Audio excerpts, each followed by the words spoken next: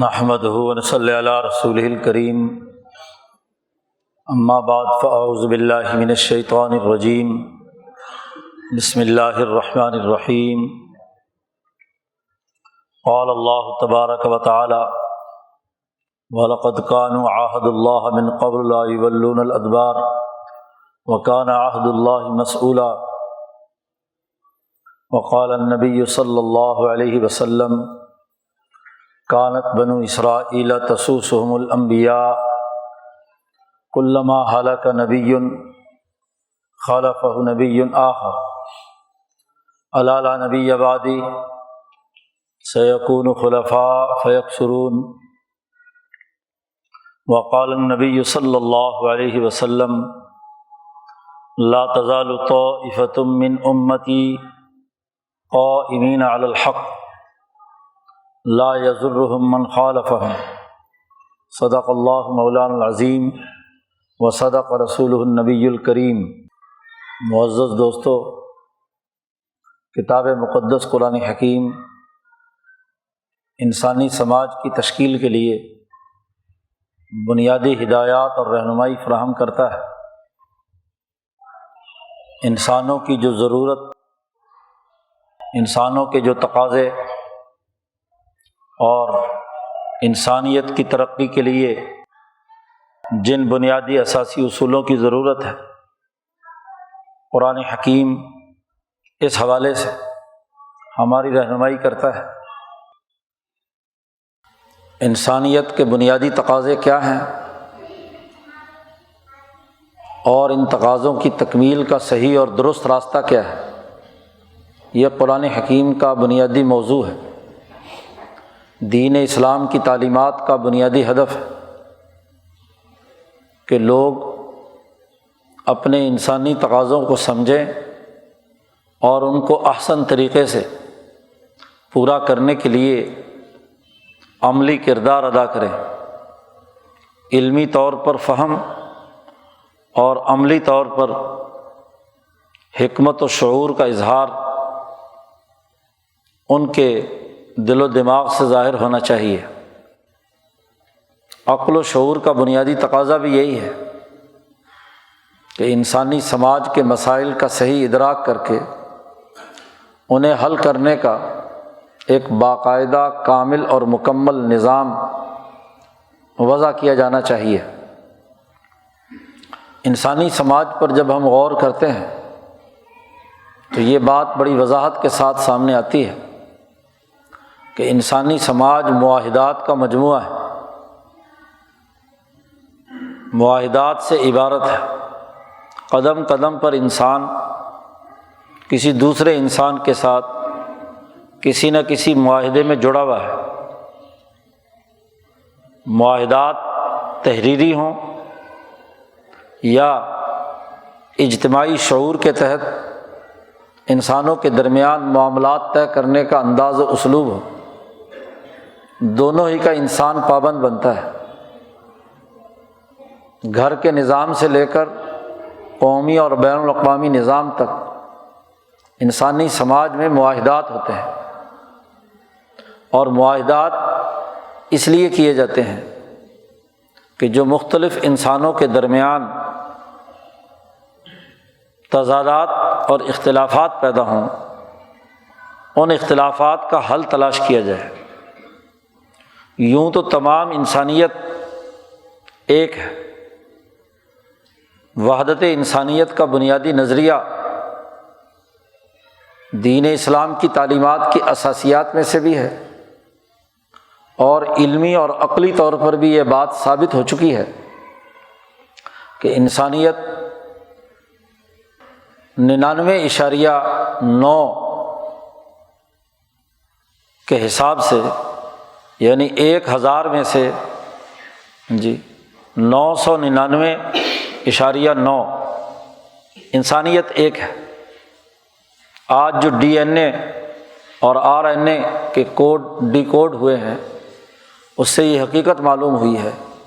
کہ کل انسانوں کے تمام جسمانی ساخت میں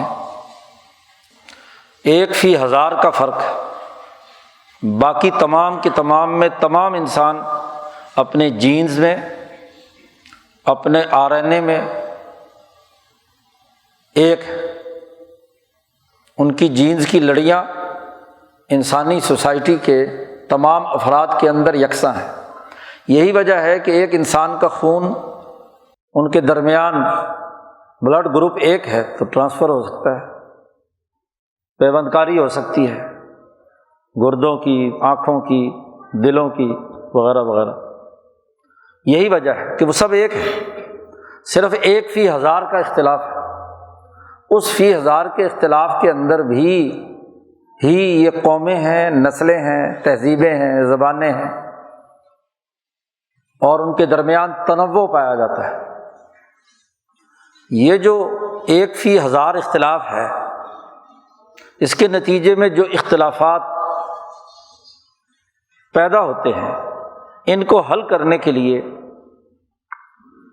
ان کو درست خطوط پر آگے بڑھانے کے لیے ضروری ہے کہ وہ جو 999 اس کے اندر اتفاق کی چیزیں ہیں، اس کے مطابق اس کو حل کیا جائے، کیونکہ یہ اختلاف تو زیادہ ہے، زیادہ کیا ہے، رنگ و نسل کا ہے، اس سے زیادہ تو نہیں۔ اور وہ رنگ و نسل کا اختلاف کی وجہ بھی خود قرآن نے بیان کر دی کہ لتعارفوا، کہ یہ جو ہم نے تمہارے قبائل بنائے ہیں، شعوب بنائے ہیں، یہ جو نسلی امتیازات اور خصوصیات پیدا کی ہیں، اس کا بنیادی ہدف یہ ہے کہ ایک دوسرے کا تعارف حاصل کرو، کیونکہ انتظامی نظم و نسق کے لیے افراد کی شناخت کا ہونا ضروری ہے کہ کون آدمی کس یونیک شناخت کے ساتھ کن خصوصیات کا حامل ہے، یا کس خطے میں بس رہا ہے، کس قوم اور نسل سے تعلق رکھتا ہے، تاکہ نظم و نسق درست طریقے سے قائم ہو سکے۔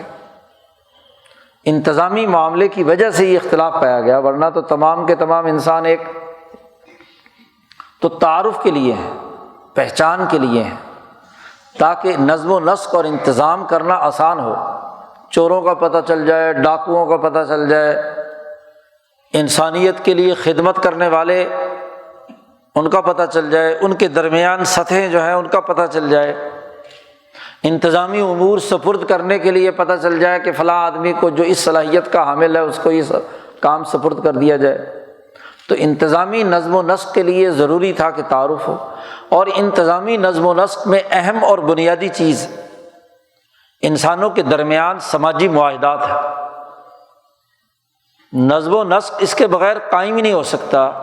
جب تک کہ کوئی سوشل کانٹیکٹ نہ ہو، افراد کے درمیان معاملات طے کرنے کا کوئی معاہدہ وجود میں نہ آئے، اس کے بغیر نہیں ہو سکتا،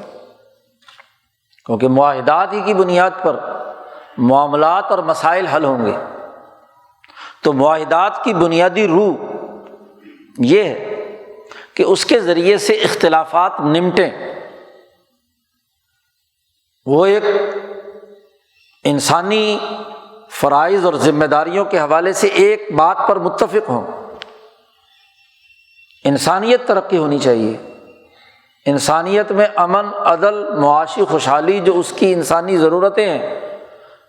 وہ پوری ہونی چاہیے۔ اسی لیے معاہدات امن کی ضمانت ہوتے ہیں، معاہدات معاشی ترقی کا باعث بنتے ہیں، معاہدات کے ذریعے سے انسانی سوسائٹی میں رحم دلی، تعلقات، باہمی پیار و محبت استوار ہوتا ہے، کہ معاہدات کے ذریعے سے ہر آدمی کے فرائض و واجبات متعین کر دیے گئے کہ وہ اس دائرے تک کام کرے گا، اس سے اگلا، دوسرے کا، تیسرا۔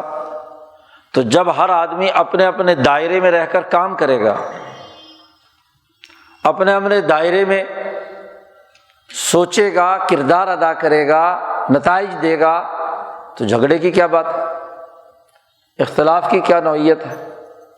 اور جب لڑائی نہیں ہوگی تو امن ہوگا، لڑائی نہیں ہوگی تو ایک دوسرے پر اعتماد ہوگا، کاروبار معیشت ترقی کرے گا۔ امن نہ ہو تو کوئی دنیا کا معاشی نظام ترقی نہیں کر سکتا، اور امن کی بنیاد معاہدات۔ تو دنیا میں معاہدات کی بنیادی اساسیات یہ ہیں کہ معاہدات انسانی مسائل حل کریں، اختلافات کو ختم کریں، جھگڑے کو نمٹائیں۔ ہماری فقہ کی کتابوں میں دین اسلام کی تعلیمات کا یہ بنیادی اصول بیان کیا جاتا ہے، خاص طور پر کتاب البیوع میں جہاں خرید و فروخت سے متعلق معاہدات زیر بحث لائے جاتے ہیں کہ جو معاہدے دو فریقوں کے درمیان ہوئے، مثلاً لین دین کا کوئی معاہدہ ہوا ہے، تو معاہدہ ایسا ہونا چاہیے کہ جس کے نتیجے میں جھگڑے نمٹیں۔ اگر معاہدہ گول مول ہے، کچھ اتا پتہ نہیں چل رہا، تو اس کو کہا جاتا ہے وہ معاہدہ جو مفضی الی المنازعہ، جھگڑے کی طرف لے جانے والا۔ حالانکہ معاہدے کا مطلب تو یہ ہے کہ وہ اس منازعات اور جھگڑے کو ختم کر کے اپنے اپنے حقوق و فرائض کے تحت کام کرے۔ اس لیے خریدنے والا اور بیچنے والا کیا چیز بیچ رہا ہے، کتنی مقدار میں بیچ رہا ہے، اور کس وقت دے گا، ابھی یا کچھ وقت ٹھہر کے، یعنی اس کی مکمل تعیین ضروری ہے۔ اور اس کے بدلے میں جو خرید رہا ہے وہ کیا چیز دے گا، چاندی کے سکے دے گا، سونے کے دے گا، یا کوئی اور چیز بارٹر سسٹم کے تحت کوئی اور جنس دے گا، اس کا بھی تعین ہونا ضروری ہے۔ تو بائع مشتری،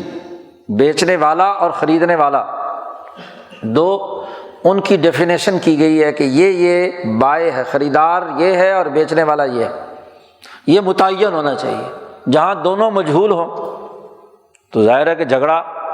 تو نہیں نمٹے گا، نہ پتہ نہیں کس کا معاہدہ ہے، کس کے ساتھ ہے۔ اور یہ بھی معلوم ہو کہ مبیع کیا چیز ہے، کون سی چیز بیچی جا رہی ہے، اور یہ کہ کون سی چیز اس کے بدلے میں دی جا رہی ہے زر کے طور پر، جی اس کا بھی تعین ہونا ضروری ہے، مقدار کا معلوم ہونا ضروری ہے۔ یہ چاروں چیزیں صحیح ہوں تو اس کو کہتے ہیں بیع صحیح۔ اور اگر یہ چاروں چیزوں میں کہیں بھی جھگڑا یا مجہول ہو، جہالت ہو، تو وہ مفضی الی المنازعہ، بعد میں کیا ہوگا، جھگڑا پیدا ہوگا۔ میں نے تو یہ چیز خریدنی تھی، تم نے یہ چیز دے دی، اس معیار کی میں نے تو خریدنی تھی، تم نے اس معیار کی دے دی، وغیرہ وغیرہ، بہت سارے جھگڑے کھڑے کرنے کے بہت سارے راستے ہیں۔ تو معاہدے کا بنیادی مقصد جھگڑا نمٹانا ہوتا ہے۔ بیوع میں بھی یہی ہے، خرید و فروخت میں بھی یہی ہے، معاہدہ نکاح کے اندر بھی یہی ہے، اور ایک قومی سطح کے سیاسی معاہدے میں بھی یہی ہے کہ حکمران کے کیا فرائض ہوں گے اور عوام کے کیا فرائض ہوں گے، کون کون سے کام حکمرانوں نے کرنے ہیں جو حکومت میں ہے، جس کے پاس نظم و نسق ہے، اور کون کون سے کام عوام نے کرنے ہیں، اجتماعیت کے بنیادی تقاضے کیا ہیں، پھر حکومت کا نظم و نسق کس پیٹرن پر چلے گا، کیا طریقہ کار ہوگا، انتظامی فیصلے کیسے ہوں گے، انتظامات پر عمل درآمد کے پروسیجر کیا ہوں گے، پھر اس کو چیک کرنے کا عدالتی نظام کیا ہوگا۔ تو جب تک مقننہ، عدلیہ، انتظامیہ، تینوں شعبے اور ان کے مکمل قوانین اور ضابطے وجود میں نہ آئیں تو سوشل کنٹریکٹ نہیں کہلاتا ہے۔ پھر اس کے ذیل میں جتنے بھی نیچے معاہدات ہیں، خرید و فروخت کے ہوں، لین دین کے ہوں، شادی بیاہ کے ہوں، ہاں جی دیگر امور سر انجام دینے کے ہوں، قومی ہوں یا ایک قوم دوسری ریاستوں سے یا اقوام سے جو معاملات طے کرے گی، اس کا قوانین اور ضابطے کیا ہوں گے، یہ بھی طے کرنا ہوگا۔ پھر اقوام عالم مل کر بین الاقوامی سطح پر اپنے معاملات، خارجہ تعلقات کس طریقے سے سر انجام دیں گے، اس کے لیے بھی کیا ہے،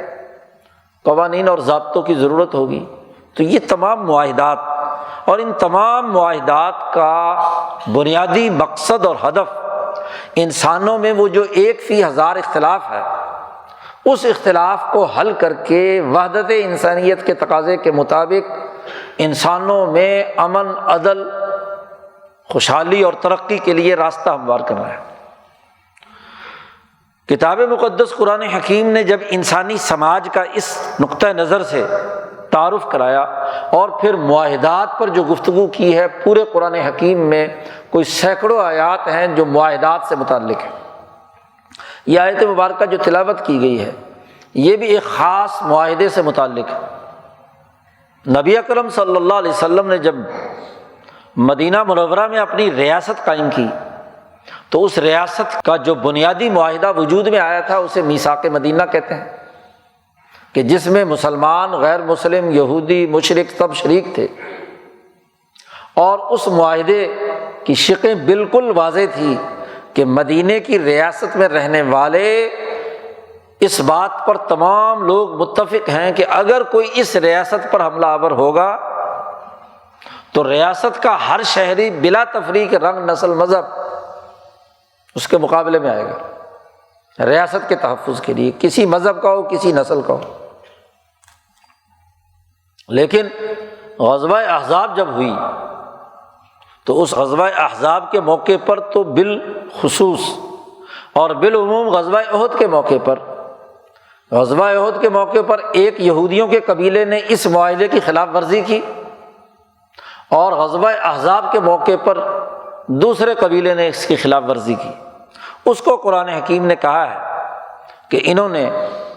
ایک معاہدہ کیا تھا، وَلَقَدْ كَانُوا عَاهَدُ اللَّهِ، انہوں نے یہ معاہدہ کیا تھا کہ لا یولون الادبار، پشت پھیر کر بھاگیں گے نہیں، ریاست پر حملہ ہوگا تو ریاست کی حفاظت اور تحفظ کے لیے یہ کردار ادا کریں گے۔ یعنی کوئی دشمن انسانیت کو نقصان پہنچانے کے لیے اس قومی ریاست کے خلاف اقدام کرے گا تو یہ دشمن کا ساتھ نہیں دیں گے بلکہ ریاست کا ساتھ دیں گے، خود مقابلہ کریں گے۔ معاہدہ ہوا تھا۔ پھر غزوہ احد کے موقع پر جب ایک قبیلے نے خلاف ورزی کی تھی تو اس وقت اس قبیلے نے جو بعد میں غزوہ احزاب میں جس نے شرارت کی، اس نے دوبارہ ایگریمنٹ کیا۔ اس کو اللہ پاک نے کہا ہے کہ اللہ کا عہد اس کے بارے میں پوچھا جائے گا، وَكَانَ عَهْدُ اللَّهِ مَسْئُولًا۔ قانون اور ضابطہ یہ ہے کہ دنیا میں معاہدات عام طور پر کسی سپیریئر طاقت کی نگرانی میں ہوتے ہیں، اور یہ بات طے شدہ ہے کہ دنیا میں اس وقت تک دنیا کی اکثریت وہ معاہدات کرتی ہے خدا کے نام پر۔ آج امریکی صدر بھی حلف اٹھاتا ہے بائبل پر، اگر صرف مادیت پرستی ہی ہو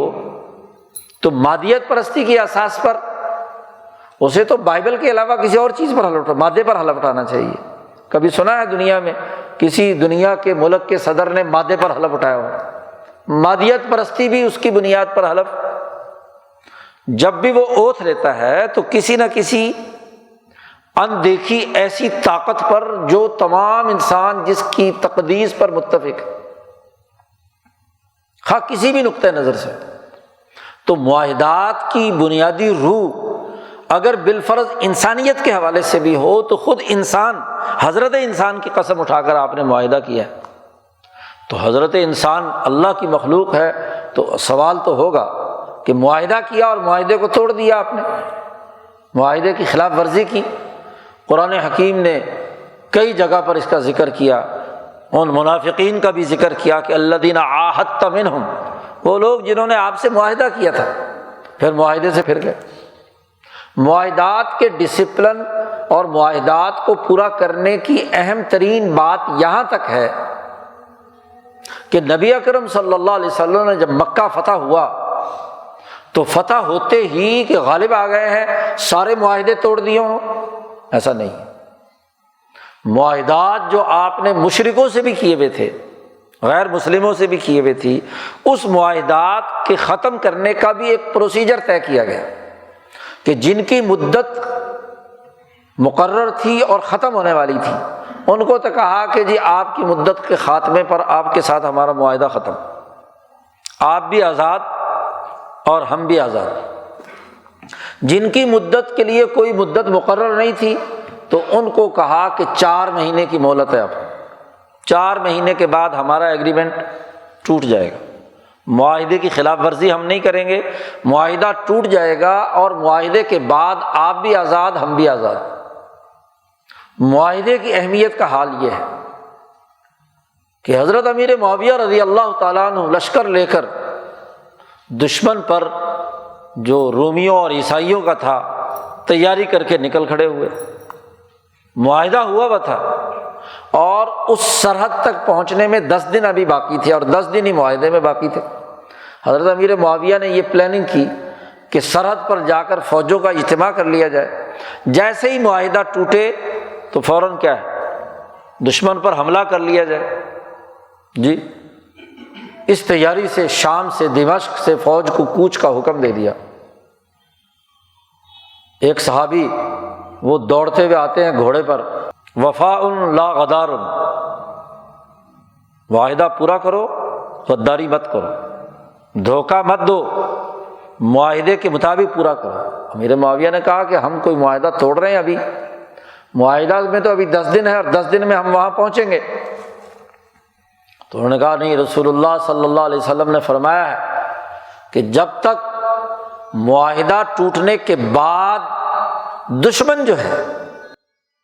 دشمن کو خبر ہونی چاہیے کہ معاہدہ ٹوٹ چکا ہے، آپ بھی تیاری کریں اور وہ بھی تیاری کرے، پھر جنگ ہے نا۔ یہ تو دھوکہ ہے، فراڈ ہے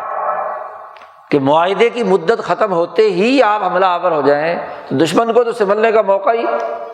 نہیں ملا۔ اس کا مطلب یہ کہ آپ دشمن کو سوتے ہوئے قتل کرنا چاہتے ہیں۔ تو قتل انسانیت کے لیے معاہدہ تھا یا امن انسانیت کے لیے تھا؟ حضرت امیر معاویہ نے جب رسول اللہ صلی اللہ علیہ وسلم کی یہ بات سنی تو فوراً فوج کو حکم دے دیا واپس، معاہدہ ختم ہونے کے بعد کوچ کریں گے۔ تو معاہدات کی پاسداری خود نبی اکرم صلی اللہ علیہ وسلم نے فتح مکہ کے موقع پر کی، صحابہ نے کی، اور خلافت راشدہ اور بنو امیہ اور بنو عباس معاہدات کی پاسداری ہی کی وہ اساسیات رہی ہیں جن کے ذریعے سے انسانی سماج میں امن رہا، معاملات معاہدات کے ذریعے سے طے ہوتے رہے، اسی اساس پر اختلافات کو حل کیا جاتا رہا۔ وہ اختلافات خواہ فقہی تھے، علمی تھے، سیاسی تھے، معاشی تھے، ان کے لیے معاہدات کو بنیاد بنایا گیا اور معاہدات کی پاسداری کی گئی۔ سمجھنے کی بات یہ ہے کہ جس انسانی سماج میں معاہدات کی اتنی بنیادی اہمیت رہی کہ مسلمانوں نے 1100 سال تک معاہدات کی پاسداری کے اساس پر انسانیت میں عدل، امن اور معاشی خوشحالی پیدا کی، وہیں ذرا تصویر کا دوسرا رخ دیکھیے کہ جب سے یہ یورپین بھیڑیے انسانیت پر مسلط ہوئے ہیں، دور جانے کی بات نہیں، اس بر عظیم پاک و ہند پر ایسٹ انڈیا کمپنی کا قبضہ ہوا ہے، تو ہر معاہدے کی خلاف ورزی کی گئی، ہر معاہدہ توڑا گیا، ہر معاہدے میں دباؤ ڈال کر ایسا پریشر پیدا کیا گیا جس کے ذریعے سے اختلافات حل ہونے کے بجائے اختلافات کی خلیج کو بڑھایا گیا۔ 1757 کی جنگ پلاسی سے پہلے سراج الدولہ سے ہونے والے معاہدے سے لے کر آج تک کے تمام معاہدات کی پوری تاریخ آپ کے سامنے رہنی چاہیے کہ ہر معاہدے کے پیچھے مسئلہ حل کرنا نہیں، مسئلہ پیدا کرنا رہا ہے۔ اور اگر آپ لوگ ناراض نہ ہوں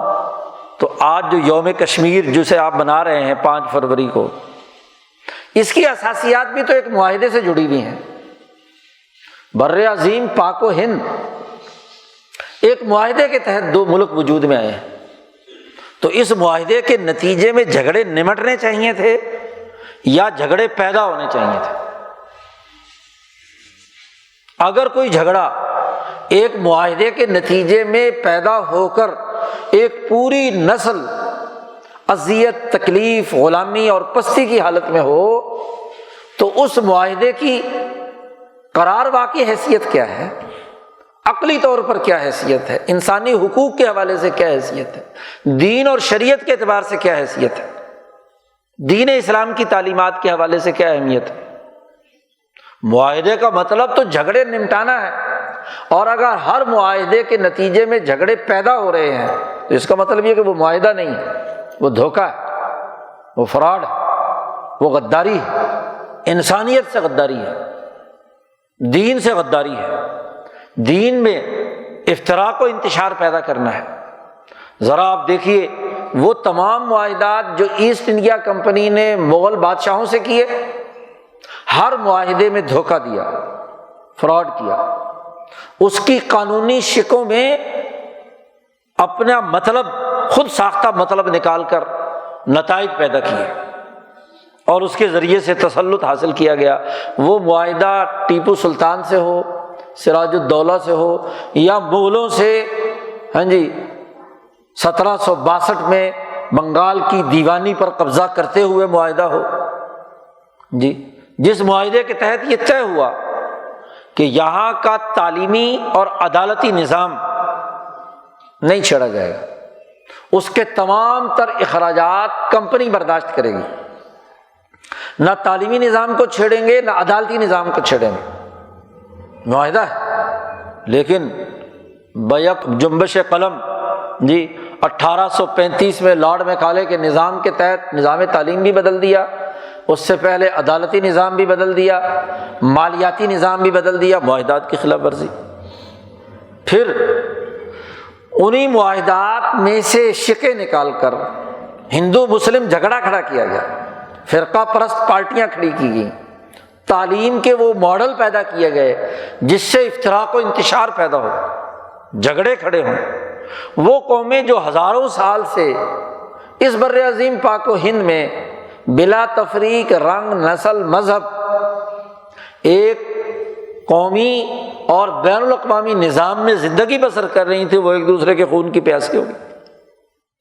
جھگڑے کھڑے کیے گئے، لڑائیاں پیدا کی گئیں۔ ان لڑائیوں کے نتائج یہ حاصل کیے گئے کہ بتدریج جوع الارض کے مرض میں مبتلا ہو کر بنگال سے شروع ہو کر اس پنجاب اور سندھ تک مسلسل معاہدوں کی خلاف ورزی رہی ہے۔ معاہدات کی اساسیات کیا ہوتی ہیں کہ کسی سوسائٹی کے بنیادی تقاضے کیا ہیں، اس کے مطابق معاہدہ کیا جائے، اس کے مطابق نظم و نسق قائم ہو۔ اب آپ دیکھیے اسی غداری کی ایک پوری فہرست ہے اس پورے 200 سالہ دور کی، جس کے نتائج آج بر عظیم پاک و ہند کی قومیں، نسلیں برداشت کر رہی ہیں، اور خاص طور پر کشمیری۔ مسئلہ کشمیر کے نام پر بڑے بھاشن دیے جاتے ہیں، بڑی تقریریں کی جاتی ہیں، لیکن کبھی حقیقی مسئلے پر غور و فکر کرنے کے لیے ہم نے غور و فکر کیا؟ بر عظیم پاک و ہند کے لوگوں نے، ہندوستان کی حکومتوں اور پاکستان کی حکومتوں نے، یہاں کے دانشوروں نے، یہاں کے انسان دوست لوگوں نے کبھی اس پر سوچنے کی زحمت گوارا کی کہ انگریز سامراج نے اپنے مفادات کے لیے 70% ہندو اکثریتی علاقے پر نظام حیدرآباد ایک مسلمان کا قبضہ اس غداری کے عوض مسلط کیا جو اس نے سلطان ٹیپو شہید کو شکست دینے کے لیے انگریز کے لیے کردار ادا کیا تھا۔ اب اگر آپ ریاست بنانا ہی چاہتے ہیں تو ریاست کا بنیادی اساسی اصول یہ ہوتا ہے کہ جس خطے میں جس قوم کی اکثریت موجود ہے تو انہی کا نظم و نسق ہونا چاہیے۔ جیسے غداری کے عوض وہ کام کیا، ایسے ہی 80% اکثریتی ریاست کشمیر پر ایک ہندو ڈوگرا راج مسلط کر دیا گیا اس کی خرید و فروخت کے ذریعے سے۔ دونوں ہی بنیادی طور پر ایک ایسا غلط ریاستی معاہدہ ہے جس کی کوئی اساسیات نہیں۔ اگر مذہبی اساس ہے اور اگر انسانیت اساس ہے تو پھر انسانی مسئلے کو انسانی نقطہ نظر سے دیکھنے کی ضرورت ہے کہ انسانیت کے لیے کردار ادا کرنے والا کون ہے، انسانیت کے لیے جدوجہد اور کوشش کرنے والا کون ہے، اس کے مطابق معاملات ہونے چاہیے تھے۔ اگر آپ افتراق و انتشار پیدا کر رہے ہیں تو اکثریت اور جمہوری تقاضوں کو نظر انداز کر کے جو معاہدہ کیا جائے گا اس کے اثرات اور نتائج تو یہی ہوں گے کہ جھگڑے کھڑے ہوں گے، اور پھر طاقت کے بل بوتے پر ان علاقوں اور خطوں میں معاہدات کی دھجیاں بکھیری جائیں گی۔ یہ تو وہ کہانی ہے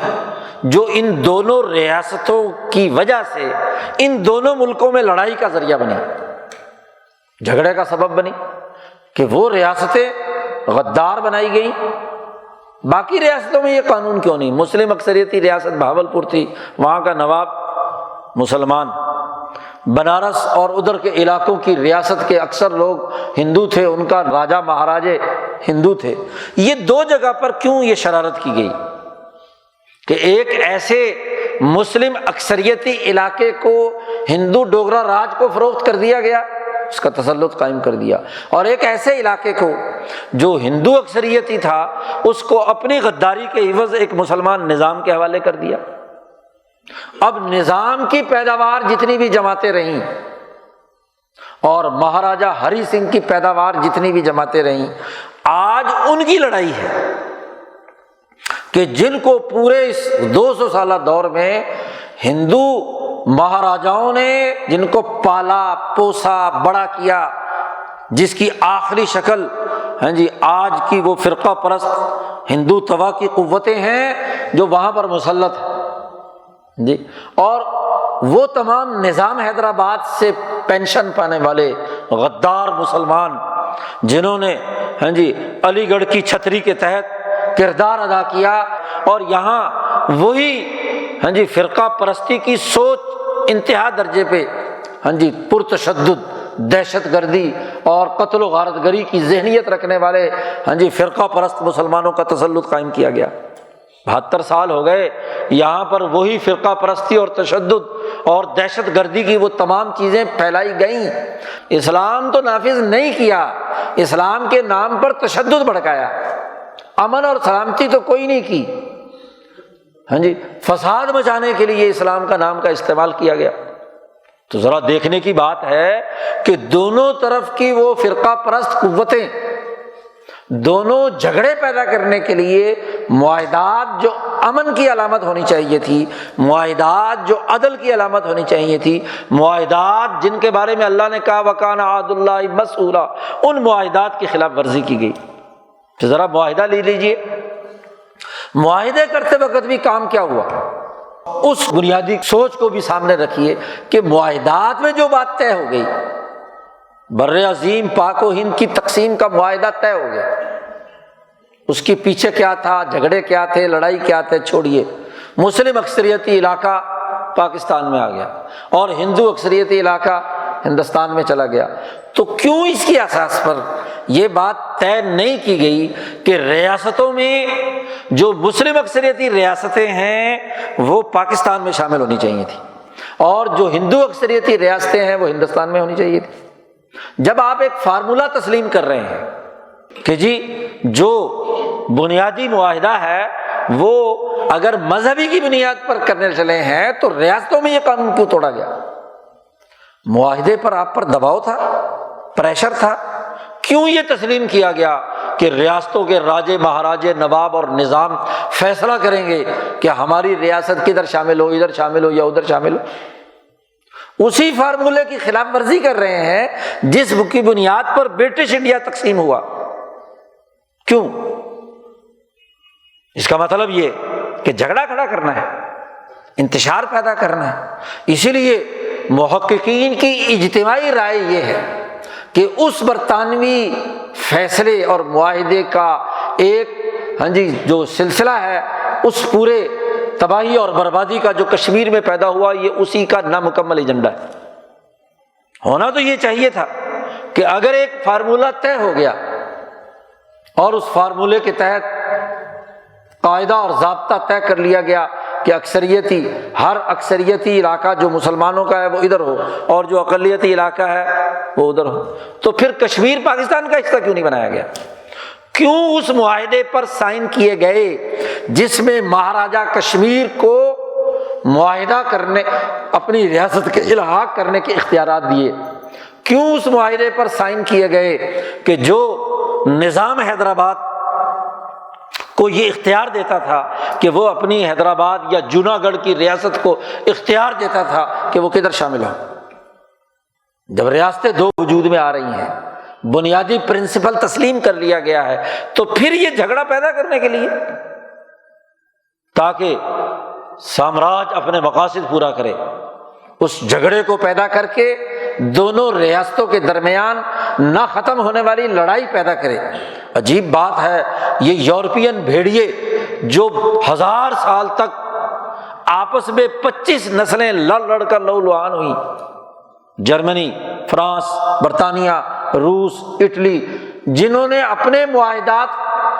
کر کے یورپی یونین بنا کر اپنے انسانی مسائل حل کر کے امن قائم کر لیا، وہ خطہ جو بر عظیم پاک و ہند کا، جس میں 1000 سال سے یہ تمام نسلیں باہمی اتفاق اور اتحاد سے رہ رہی تھیں، ان کے درمیان تفریق پیدا کر کے، ان کے درمیان لڑائی پیدا کر کے، ان کے درمیان انسانی حقوق کی خلاف ورزی کر کے معاہدات کو توڑ کر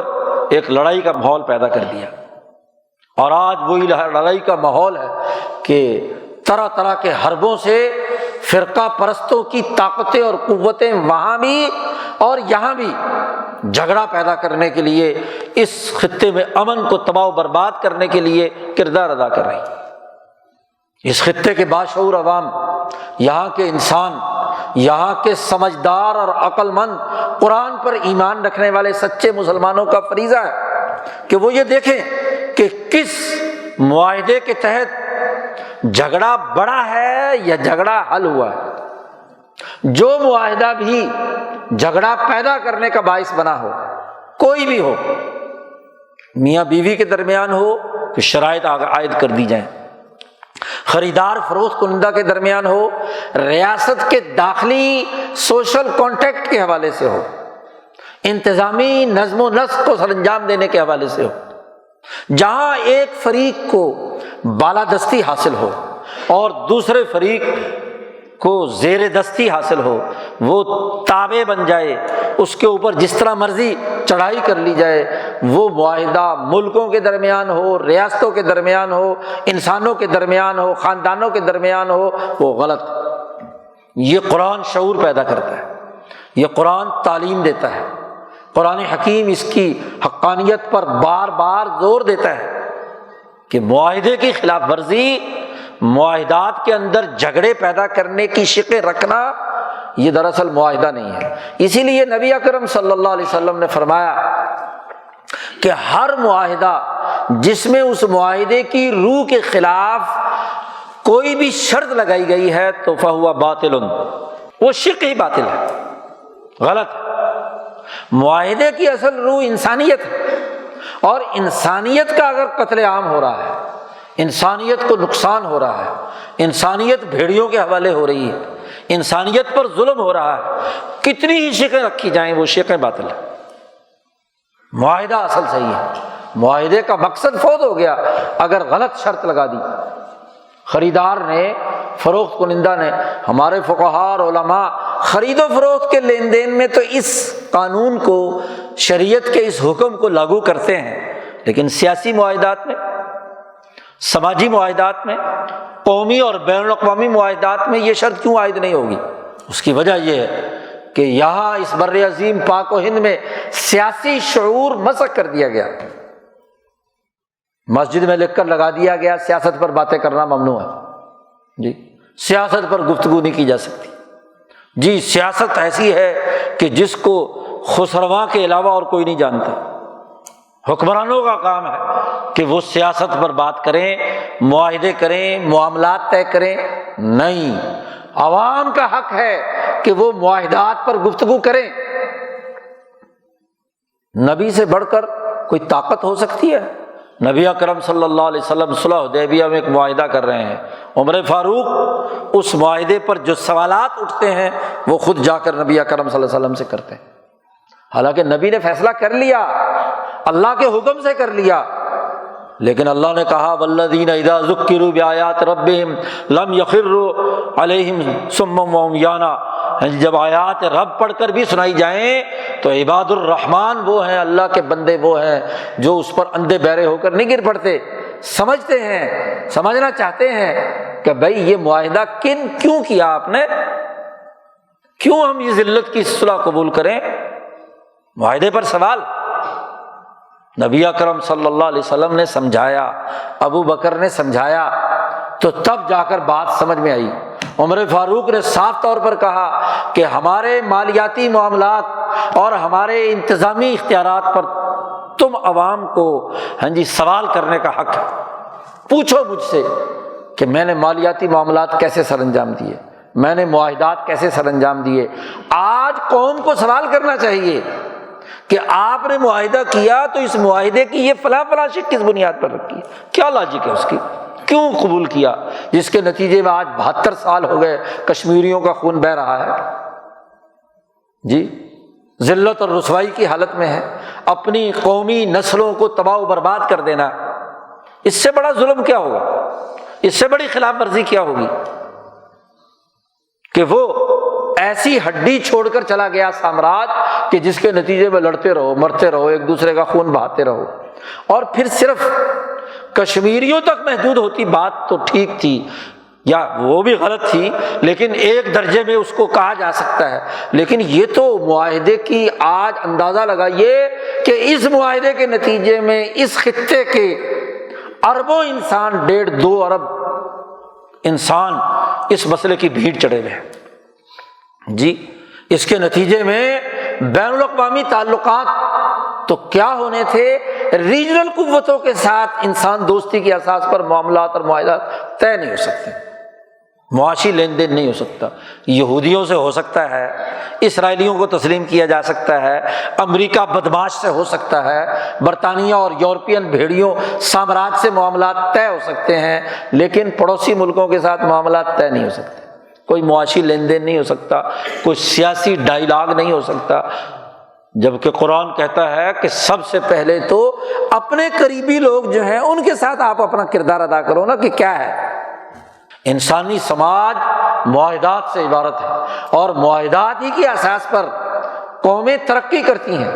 ہر معاہدے اور ہر معاملے کا جائزہ عقل و شعور کی بنیاد پر لینا چاہیے، یہ جذباتی بنیادوں پر جی لکیر زنجیر بنا لو، جی یہاں کی مسلمانوں کا اور انسانوں کے حقوق توڑ دو، زنجیر بنانے سے مسئلے حل ہوتے ہیں؟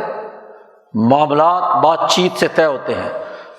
عزت اور وقار کے ساتھ کیے جانے والے معاہدوں سے ہوتے ہیں، دشمن کی سازشوں کو سمجھ کر ان کا توڑ کرنے کی طریقہ کار اختیار کرنے سے ہوتے ہیں۔ ہر معاملے میں تو جا کر دوسروں کو کہتے ہیں ہمارا معاملہ ٹھیک کر دو، ہمارا معاملہ ٹھیک کر دو، کس بات سے؟ وہی جنہوں نے معاملہ خراب کیا ہے، جنہوں نے معاہدات کی خلاف ورزی کی ہے، جنہوں نے اس کو توڑ پھوڑ کر تباہ و برباد کیا ہے، جنہوں نے اس ریجن میں آگ بھڑکا رکھی ہے، جنہوں نے لڑائیاں کر رکھی ہیں، تو ان کے ساتھ معاملات، انہیں کو دوبارہ ثالث بنانے کا مطلب کیا ہے سوائے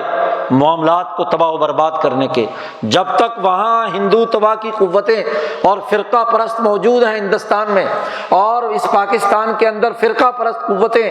اور دہشت گرد پارٹیاں جن کو پچھلے 50-70 سالوں میں ہم نے پالا اور پوسا ہے، جب تک ان بے شعور سیاسی شعور نہ رکھنے والی ان قوتوں کو جب تک راستے سے ہٹایا نہیں جائے گا، اس وقت تک معاملات طے نہیں ہو سکتے۔ آج دین کی تعلیمات کی اساس پر معاہدات کا سیاسی شعور حاصل کرنے کی ضرورت ہے، قومی شعور حاصل کرنے کی ضرورت ہے، انسانی معاملات کو انسانی بنیادوں پر سمجھنے کی ضرورت ہے، اور اس کے لیے جو قرآن حکیم نے انسانیت کی ترقی کا راستہ، طریقہ، اسلوب، منہج بیان کیا ہے، اس کو سمجھ کر اپنے تئیں ایک صحیح اور درست رائے قائم کرنا، یہ آج ایک مسلمان کا فریضہ ہے کہ دین اسلام جو انسان کو عزت دیتا ہے، تکریم دیتا ہے، اور تکریم انسانیت صحیح اور درست معاہدات سے عبارت ہے، عزت اور وقار والا، ذلت اور رسوائی سے نہیں۔ آج یہ مسئلہ اتنا پیچیدہ بنا دیا گیا کہ ذلت اور رسوائی سے ہندوستان کی فرقہ پرست قوتوں کے سامنے سرنڈر کرنا بھی جرم ہے، کیونکہ وقار ختم ہوتا ہے، عزت ختم ہوتی ہے، یہ عزت کا سودا ہے، جی۔ اور اس کے مقابلے میں وہ پرتشدد رد عمل بھی غلط ہے جس سے مسئلے کو حل کرنے کے راستے کے اندر مزید رکاوٹیں پیدا ہوں۔ آج سمجھداری کی، عقل و شعور کی اور تدبر کی ضرورت ہے جو دین اسلام ایک مسلمان جماعت میں پیدا کرنا چاہتا ہے۔ اللہ تعالی ہمیں قرآن حکیم کو سمجھنے اور اس کے مطابق ایک صحیح کردار ادا کرنے کی توفیق عطا فرمائے۔ وآخر دعوانا ان الحمد للہ رب العالمین۔